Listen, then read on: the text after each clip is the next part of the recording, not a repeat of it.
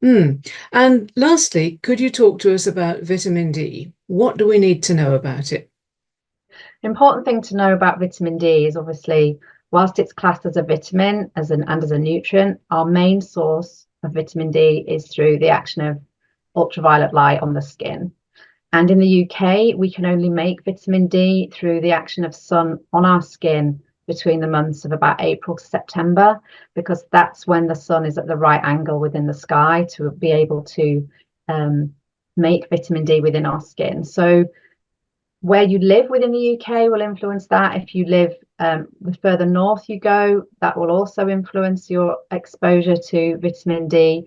Obviously, your skin color will also influence. Darker skin tones need longer in the sun to get the same level of vitamin D, because obviously the pigmentation in our skin acts like a natural sunscreen, and we need longer within the sun. So people with darker skin tones who live very far north within the UK, they will struggle to make vitamin D to reach the optimal levels. Throughout the winter, so between October and March, we don't make any at all in the UK. So it is now recommended that we're supposed to take a supplement throughout the winter. And especially those people who are more at risk, people who cover their skin, people with darker skin tones, people who are indoors all day, people in care homes who spend a lot of their time indoors. All of those people are more at risk of vitamin D deficiency. Now, dose recommendations seem to vary wildly. Can you help us unpick this a bit? I think a lot of the research has been done, and a lot of what we are taught about vitamin D is about it's important for bone health. But what we also know is that vitamin D receptors are again all over our body, and that it's what we also now are increasingly finding, and more research is being done on, is that vitamin D is really important for how the immune system functions. And vitamin D deficiency is associated with lots and lots of different conditions that are affected by the immune system. So, for example, multiple sclerosis, you're at much higher risk of developing multiple sclerosis if you've had a vitamin D deficiency. And then again, when you look at throughout the UK, the incidence and prevalence of multiple sclerosis increases the further north you go. So Scotland and Northern Ireland have much higher prevalence of multiple sclerosis than England, for example. So it's important that we consider vitamin D beyond just bone health.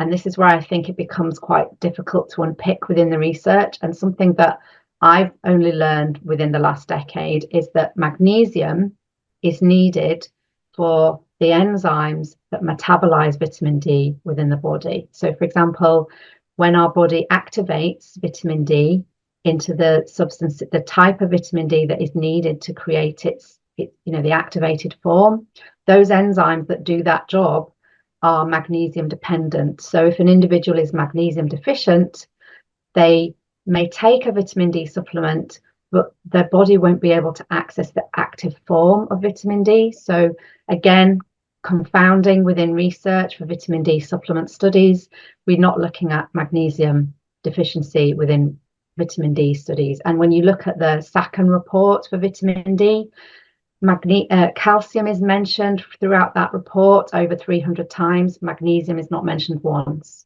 So it is really important to consider that magnesium is needed, and we need to be replete in magnesium in order for us to be able to actually access the vitamin D from a vitamin D supplement. And that's potentially why we've got these wide variations in response in various different intervention studies for vitamin D. And I think this needs to be looked at in a lot more detail going forward within vitamin D research and looking at various different doses. And could you give us some guidance as to what kind of supplements people might consider taking? With vitamin D, obviously it's a fat soluble vitamin, and therefore it's important, as with all nutrients actually, we really should take them alongside a meal, because the body is then gone into digestion mode, and we're much more likely to take the nutrient out of the supplement if we're taking it at a time where our body is in a digestion mode. So we take vitamin D supplements alongside a meal, certainly a meal that's containing fat. That will help with absorption. In terms of doses, it's a difficult one, because the recommended dose is 10 micrograms, which is what we're recommended nationally within our recommended guidelines. But I think increasingly there are, and you'll see it through what the supplement companies are creating, because there is actually a need, and lots of people are finding through their own personal experimentation that quite a few supplement companies now create supplements that contain, instead of the 400 units they contain, or 800 units, they contain 5,000 units. So and again, if you go back to the micrograms dosing, some supplements are 100 or 200 micrograms rather than 10, which is what's recommended. And I think for some people, they find through their own trial and error that they are responding better, and that when they have their blood levels checked again, a low dose doesn't actually make them replete or optimize their vitamin D levels. And we do find as well, when people become deficient, they do need quite a large supplemental dose, and a lot of the prescribed doses are the orders of more than 10,000 units in order to get somebody back. So it depends where you start from, and I think what's important is to know what your own level is, to consider magnesium alongside. Might you be magnesium deficient as well, and then consider what dose may be needed for you as an individual to get you up to a good optimal blood level.